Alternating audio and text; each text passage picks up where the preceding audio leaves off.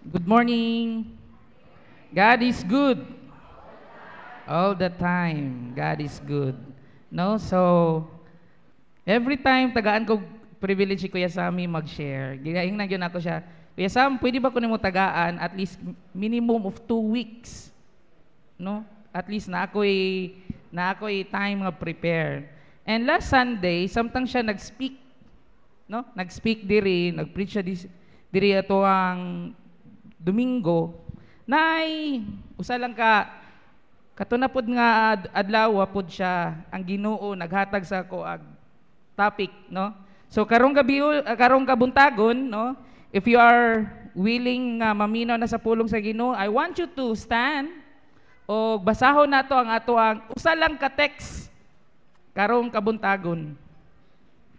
No, usa lang siya ka text. Sige daw, be. Gikan sa chapter hantod sa verse, sabay ta magbasa. Ready, go. Romans 1 verse 1. Paul, a servant of Christ Jesus, called to be an apostle and set apart for the gospel of God. May the Lord bless His word this morning. Let us pray. Lord Jesus, we thank you once again, Ginoo God, Lord, nga nag-assemble na pud mi Ginoo God, para maminaw, mag-worship mi sa imuha, maminaw mi sa imong pulong. Lord, ikaw magaandam sa mga kasing-kasing, hunahuna, Ginoo God, Lord. Nga mudawat sa imong pulong, Ginoo God, Lord. I-absorb ang imong pulong, amo ang ikay nabuhi ang imong pulong karong kabuntagon, Ginoo. Salamat, Ginoo God, Lord. Ikaw magagamit sa imong mensahero karong kabuntagon, ang akong hunahuna, ang ako ang baba. Ikaw magagamit, Ginoo God, Lord. Makipagstorya ka sa amuha karong kabuntagon. In Jesus' name we pray. Amen and amen. Okay.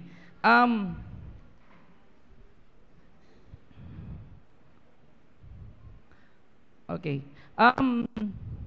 Romans 1 verse 1, na ako'y gibutang diha nga, no, gi-highlight nga usa lang ka word, no, which is servant. No, samtang si Pastor Sam nagwali atong Domingo, kana lang pud na word ang ni-struck sa ako servant. No, servant. So, karong kabuntagon, buo na to ang topic, no? Servant. So, kung nakaibalo mo, sa mga wala kaibalo, kining word nga servant, gikan ni siya sa duha ka word sa Old Testament o sa New Testament. No, duha ka word. No, sa New Testament o sa Old Testament. Sa Old Testament, ang iyahang meaning, ang iyahang word is ebed. Tapos sa New Testament, ang iyahang word kay doulos. So, it means bond servant or slaves. No, mga sabay Bisaya na to na katabang, mga sulugoon sa pagkaha, no? Ulipon, no? Ulipon. So, mao ni ang ato ang topic karong kabuntagon, no? About servant. And kung dihata mo focus karon kanang word nga bond servant, no? So, what is servant, no? Ang servant is, ingon pa siya diri sa meaning, slideshow please. A person who serves. Servant. A person who is paid to serve, no? And mingon ka og bond, something that binds, something murag naay nakapilit, no? A covenant, something used to tie together, maybe a rope or a chains, and a uniting element or force or glue. No, so something pilit, no? Ipilit, di yun na siya pwede matanggal, no? Bond servant. So bond servant, kung ato siyang i-summarize, bond servant is iyahang definition diri is devoted to another to disregard of one own's interest. Ibig sabihin, sa ganinang devoted, loyal, dedicated sa usa ka tawo nga niabot sa point nga maski nang iyahang mga kagustuhan, iyan ang gineglect para lang jud siya mo serve anang tawhanan na, no? And ingon pa siya diri, bond servant is simply following your master to complete disregard of your own will, emotions, and desires.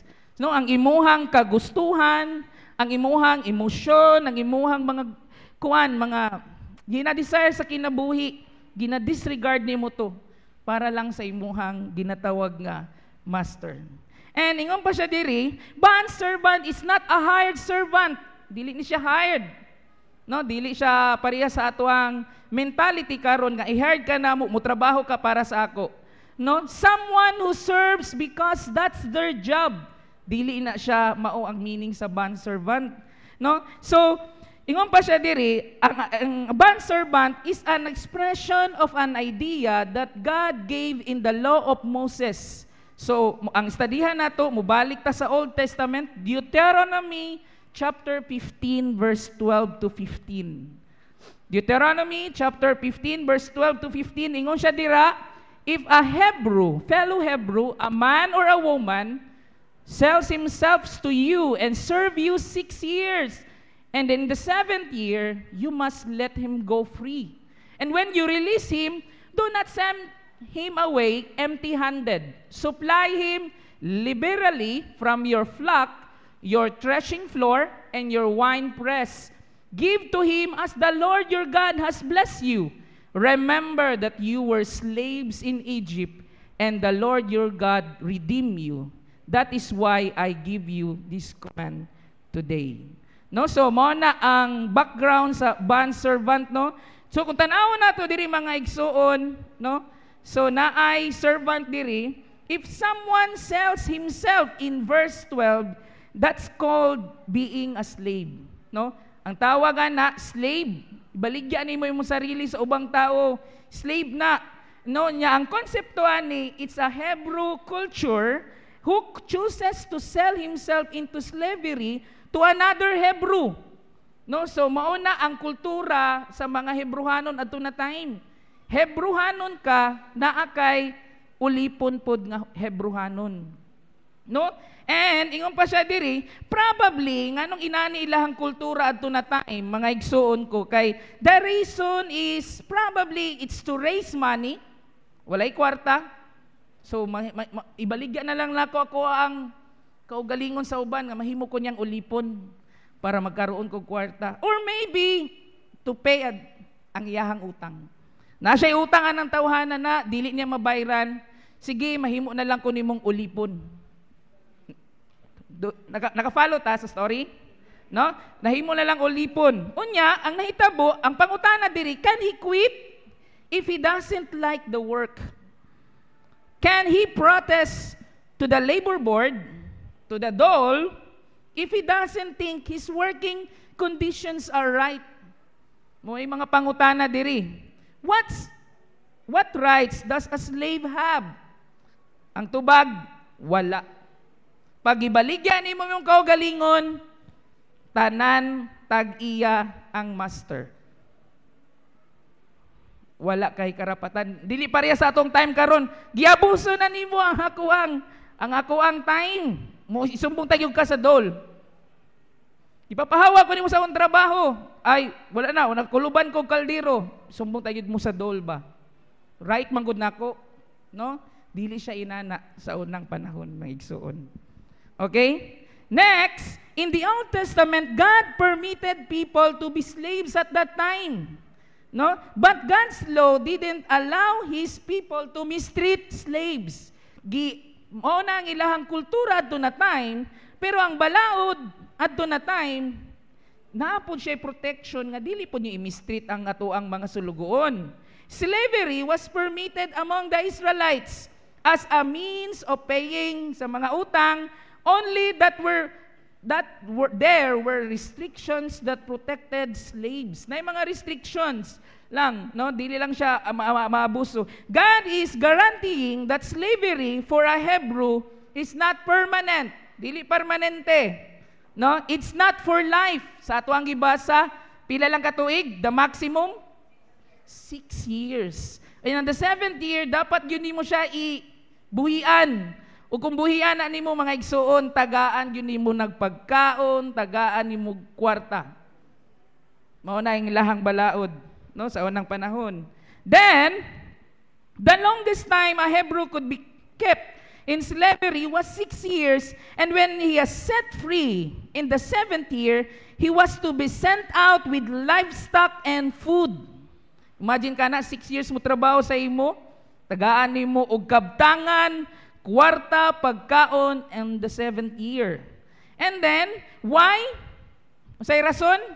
So he wouldn't have to turn around and sell himself again the next day so he could get a bite to eat. Nganong tagaan siya kwarta, pagkaon ug kabtangan para dili na pud niya ibaligya yang kaugalingon sa ubang tao para na pud mahimong slaves. No? Inana ang ilahang kultura do na time.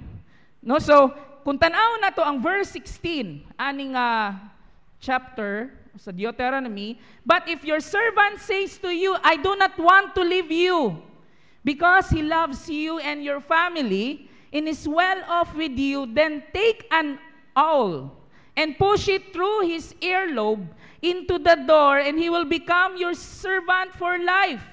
Do the same for your maidservant. This is the turning point, mga igsoon. After 6 years, naana po diri ang another decision making, no, sa servant, no. Inya ingon pa siya diri, a slave could go free at the end of his 6 years of service, and you'd expect that they would jump at the chance. But ingon pa siya, mas slaves for 6 years, and probably na mga servant nga muhawa na siya nga mo. But occasionally naagyo dai servant nga dili muhawa maskin 6 years na. Dili mo hawa, maskin 6 years na. Ipapahawa na sa amo, bawal na sa atuang kultura. 6 years lang ka na mutaman, tagaan na ka na mugwan. Dili siya muhawa kay. Maybe, no? He had a hard time earning a living. Siguro, sa hunahuna sa servant, kung manarbaho na pugko, kay 6 years na ko, muhawa ko sa iya, manarbaho na pugko, maglisod na pugko, buhi sa kuwang kaugalingon. And at the same time, ingon pa siya diri, ang room na ako ang gipuyan diri sa kuang master for 6 years. No? Naangayan nako. Nakakaon ko, na ako'y tuluganan, na ako'y kwarto, naangayan na nako. No?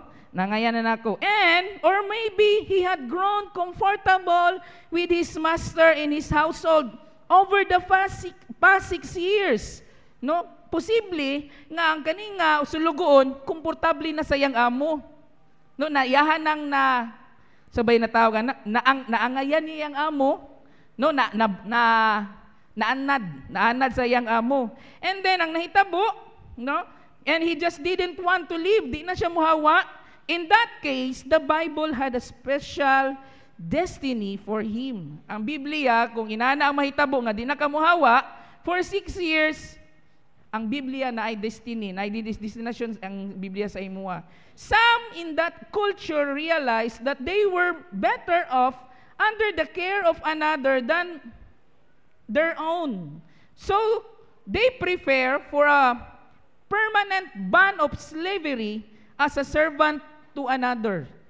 No? So, naay mga kultura, naay mga slaves sa ilahan na time nga mas prefer na lang nila nga mahimo na lang yung sulugoon niya forever. Naangayan naman ako siya. No, kinsabay naay amo diri. No, nagtrabaho ka sa imong amo, naangayan ni mo imong amo. No?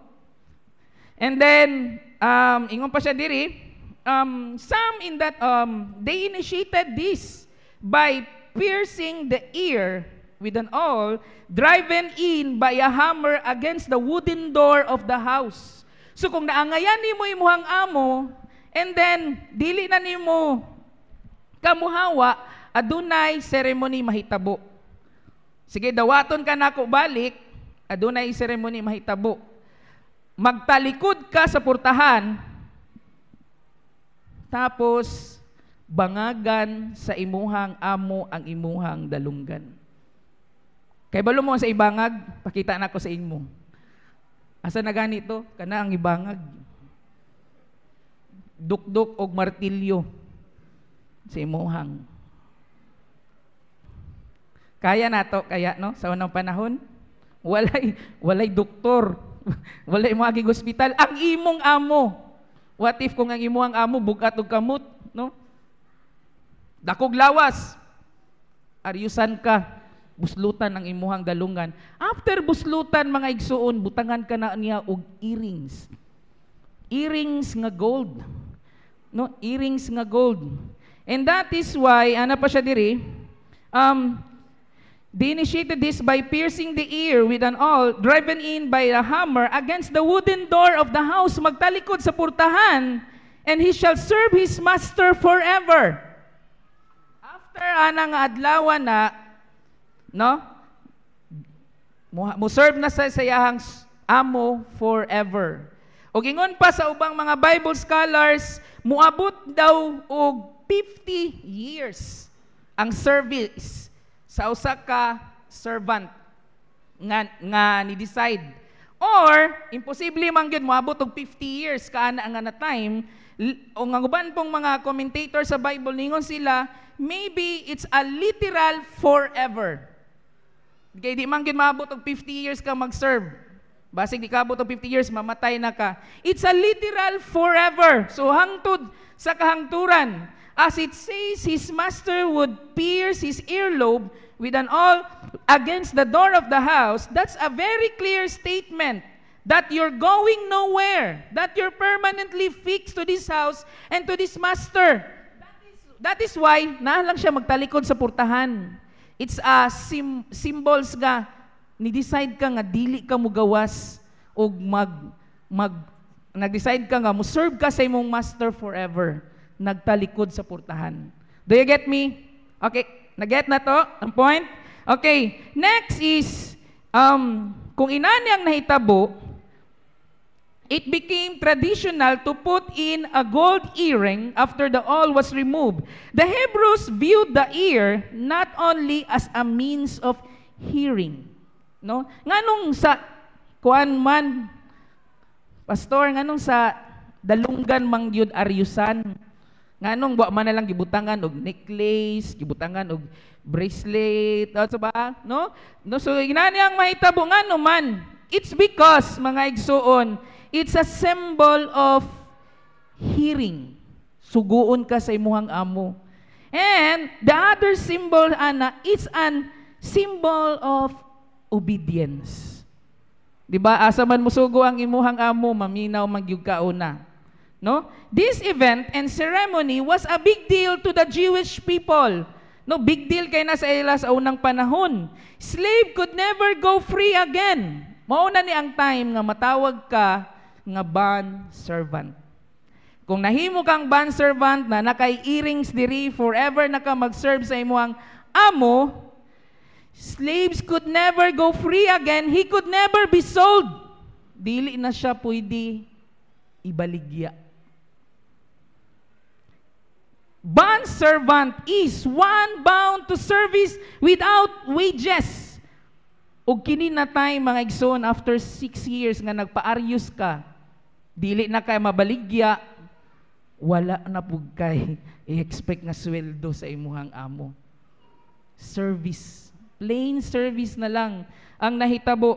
He became more than just a slave. He became a servant who was permanently attached, bonded to his master, and that is why he or she is called a bond servant. Such bond servants will usually trusted with more of their master's affair than a normal slave would be. Kung naaryusan po gani na tayo mga igsuon, ni-decide ka forever ka mag-obey sa imuha, mo elevate ang imuhang posisyon sa balay. Ang mga business, ang property sa imuhang amo, itugyan na po sa imo. Isalig na sa imo na time. No? So ang pagsalig gisaligan na ka sa imong amo kontra tong normal nimo nga slave pa ka, no? Slave pa ka. And then asa na ko, no? And then such bond servants were usually trusted, no, with master's affair. Although still servants, maskin pag servants pa sila, they often were considered part of the family and his household. No? Diri na time, after 6 years, mahimo na kang parte sa pamilya. Siguro kung mukaon ng amo, sabay na mo. Kay murag na consider na mga kapamilya, ani nga time.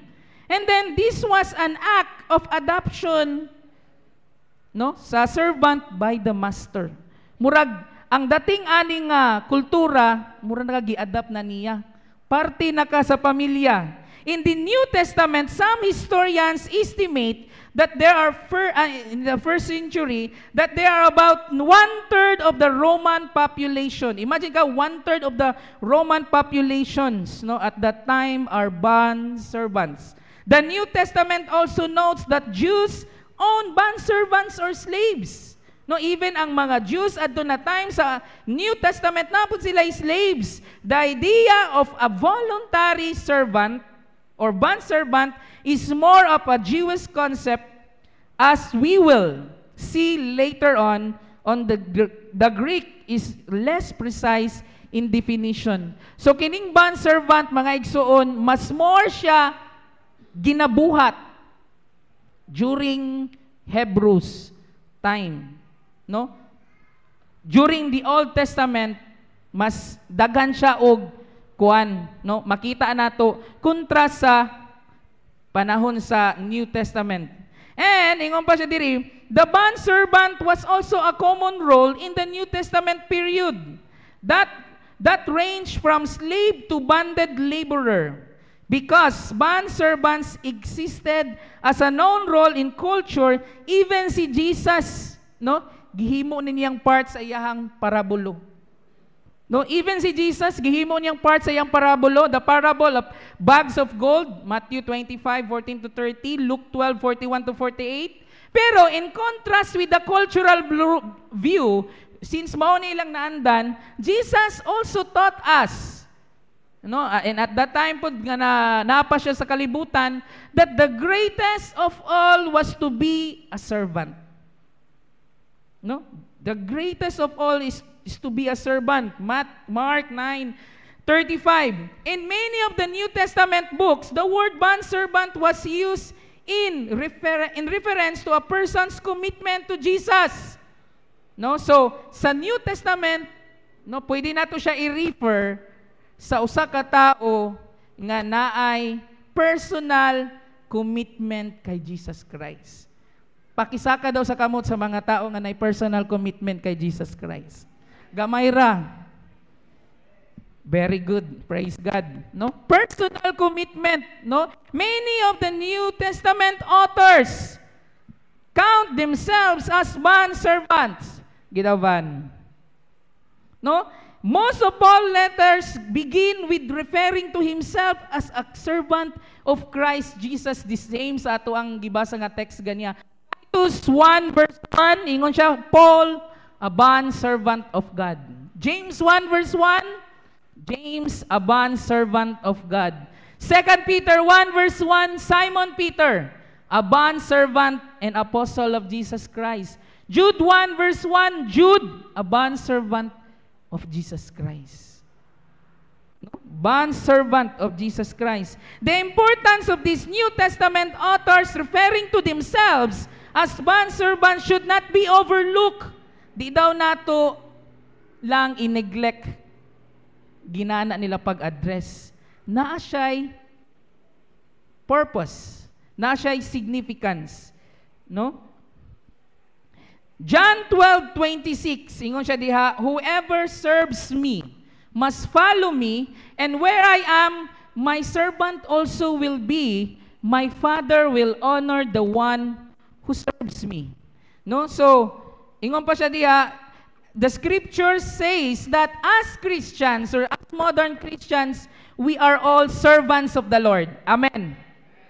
No? Dili lang si Paul, dili lang si Simon Peter, dili lang si Titus, no? Katong dili lang si Jude, dili lang si James, no? Ang natawag nga bond servant, even kita dapat makarelate ta aning nga kultura. We are also bond servants, no, sa Ginoo. And so, the title of the topic this morning is entitled Spiritual Bond Servants. We are spiritual bond servants. Amen. Amen. So, if we are spiritual bond servants, we cannot adequately serve God kung dili ka niya maiya. Hinumduman na to mga igsoon nga duha lang ang posibleng manag-iya sa imuha samtang nakadiri sa kalibutan. Kung dili ang Ginoo, kinsa?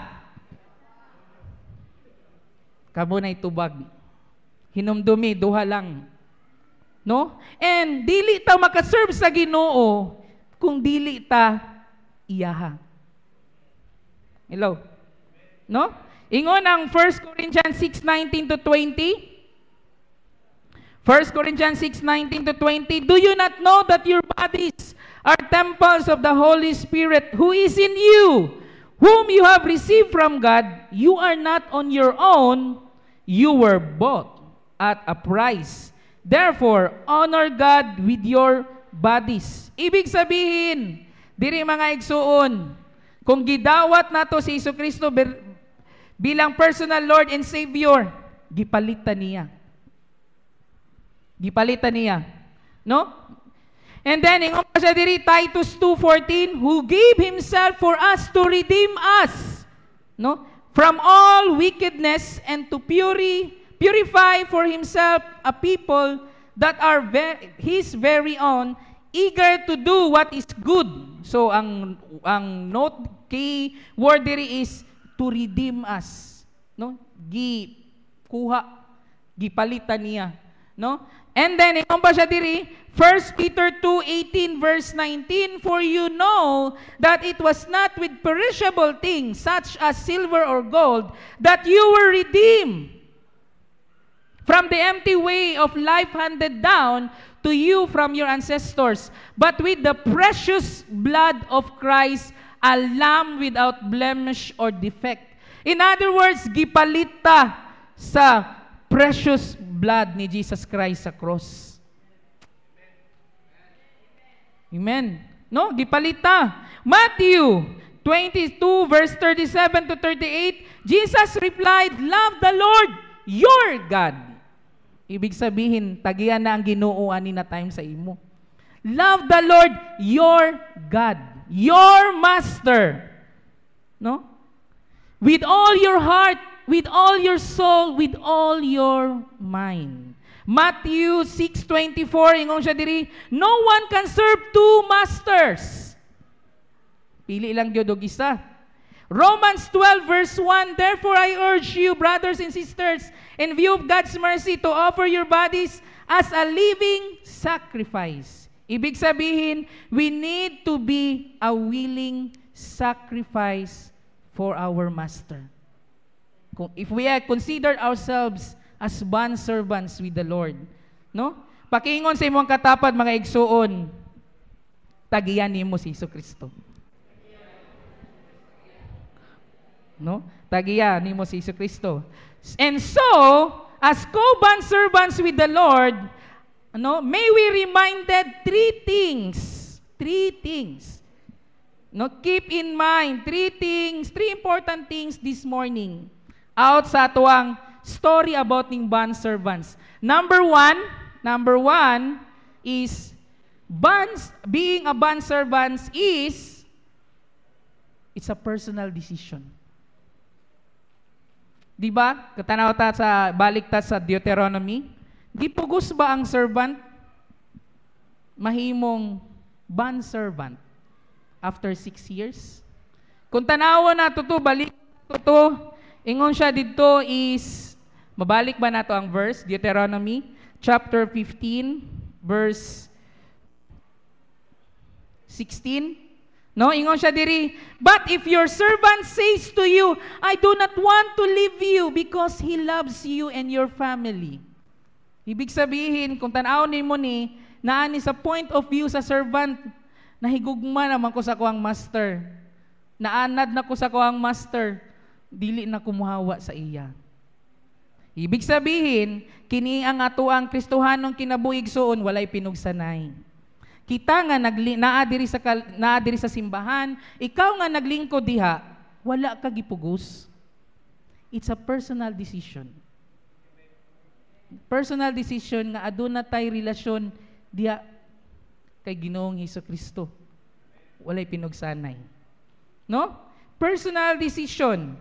Ingon pa siya diri, ear piercing against the door, no, magtalikod ka sa portahan, keep in mind that all this was done voluntarily by the servant. Siya ang ni hangyo, Master, dili ko gusto mohawa ani nga balay.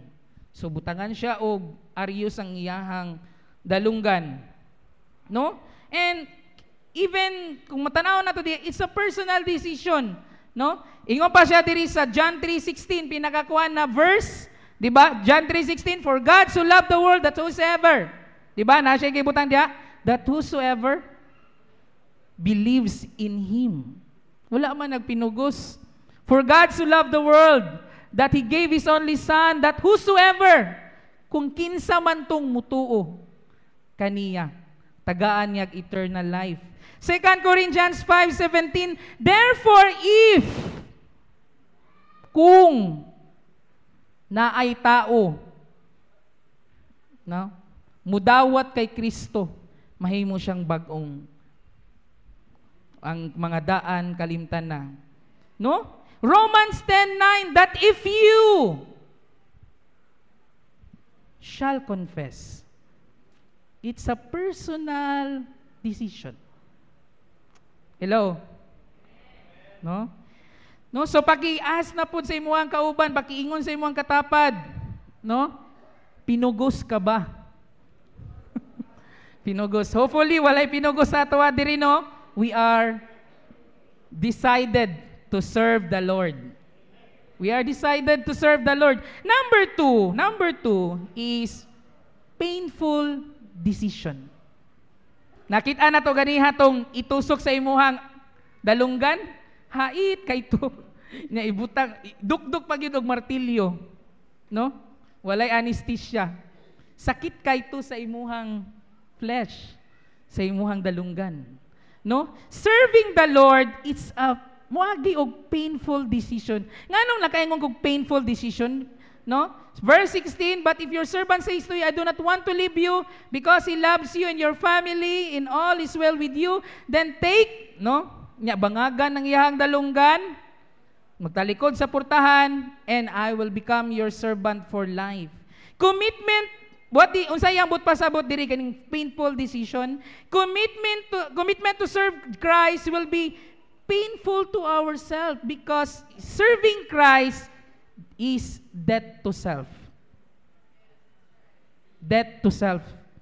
Dili na ikaw ang mahimong master sa imuhang kinabuhi. Kabantay bitaw ka kung itong na-remember nimo gipadawat ka, personal Lord and Savior. Lord, mahimo na siyang master.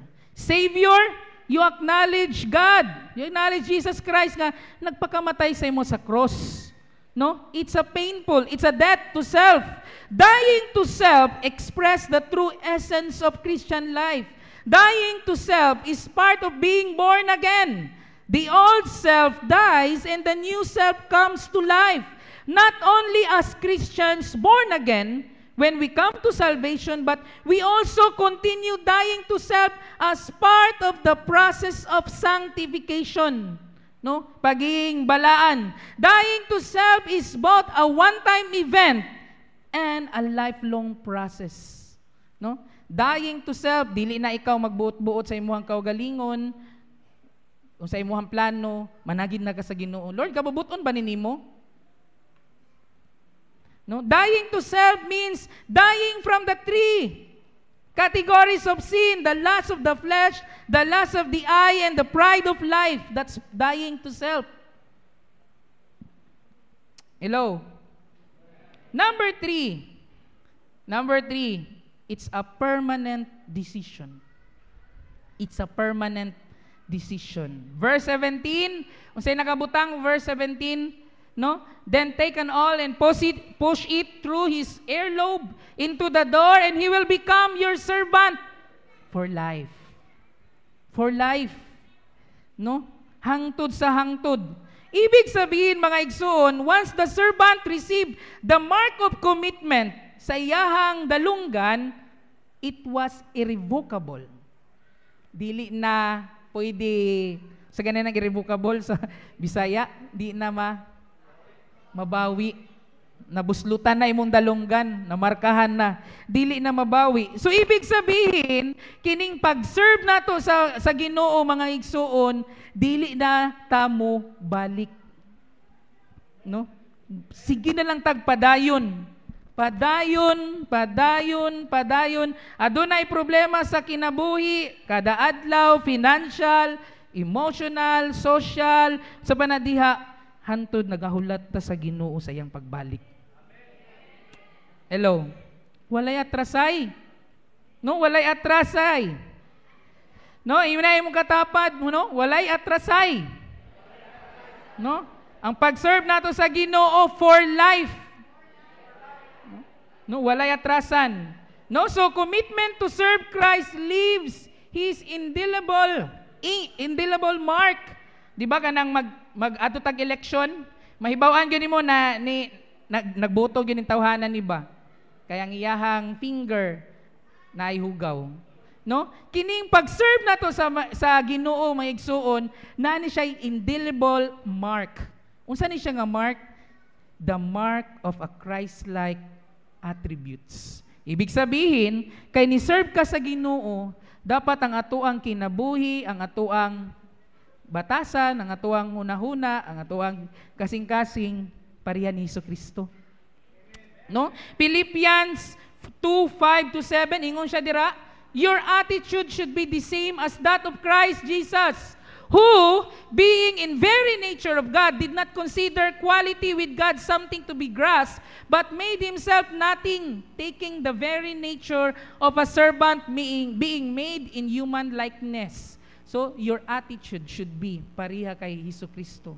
No? Mao na ang atuang marka. Mao na mo palahi sa atuwa sa kalibutan. Amen. No? Bond servants of Christ, it means a complete devotion. It's a loyalty, it's a dedication to God. Ang iyahang pulong, no, ang iyahang kabubuton, maoy imuhang musubmit ka. It is disregarding your own desires and will in all things to lay your life at the cross and follow Christ. It's a dedication in following God in all things. Tanan, plano sa kinabuhi in all things. It's a complete dedication. Hello? No? And true discipleship is illustrated biblically by the bond-servant-master relationship. A bondservant was a slave who has been offered his freedom, but who, of his own desire, chose to remain a slave and serve his master faithfully. The master didn't force him to stay or to do his master's command, but it was the slave who chose joyfully. Hello? Joyfully. Malipayon. And willingly to take on the role of a slave. Ang akong pangutana, sa tuwa bang, kapila na ba katuig na himong Kristohanon? Joyful ba imuhang pag-serve sa Ginoo up to now? Joyful? Willing? No, nako'y nadunggan sometimes. No, so, joyful, willing. Malipayon. Sa tayo ng kanta gani, malipayon ang Kristohanon, maskin daghag alantuson. Kay naay Ginoong buhi nga ginaserbisyuhan. Amen. No? When si Jesus Christ became a doulos, a servant. No, kita wa gyud tay exempted ani, wa tay exemption, no? Wa tay di ta maka-excuse, no? Kay even si Jesus Christ nahimo siyang servant, nahimo siyang bond servant. If he can lower himself, it should be even easier for us. Kung kaya ni Jesucristo, gitudluan ta niya nga dapat kaya pud nato. No? Ingon pa siya sa John 13:12-14, Jesus demonstrated it. When he had washed their feet and put on his other outer garments and resumed his place, he said to them, "Do you understand what I have done to you? You call me teacher and Lord, and you are right. For so I am. If I then, your Lord and teacher, have washed your feet, you also ought to wash one's another." Gidemonstrate sa Ginoo, gipakita niya, kay para kung tan-awon nato, buhaton nato sa uban. Ang servant. Okay? Next is Jesus commanded it. No, gisugo ta. No, for I have given you an example that you also should do just as I have done to you. Next, Jesus was a servant to his Father. No, nakabutang dia sa verse. No, Father, if you are willing, remove this cup from me. Nevertheless, not my will, but yours be done. No? Unta.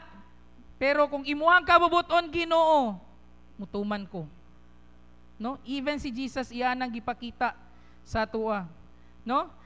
And ingon pa siya diri, kung nahimutang bond servant for life, ang Ginoo mohatag po na siya sa tuwag reward. Kinsay gustong reward? Ang Ginoo mohatag po sa tuwag reward. Ingon siya sa Deuteronomy chapter 15 verse 18, "Do not consider it as a hardship to set your servant free, because their service to you these 6 years has been worth twice as much as that of a hired hand. And the Lord your God will bless you in everything you do." No? Ingon po siya sa Colossians chapter 3 verse 24, "Remember that the Lord will give you an inheritance as your reward, for you serve the Lord Christ." Muhatag ang Ginoo sa imuha og sa banang inheritance sa Bisaya, mana. Tama ba na? No? No?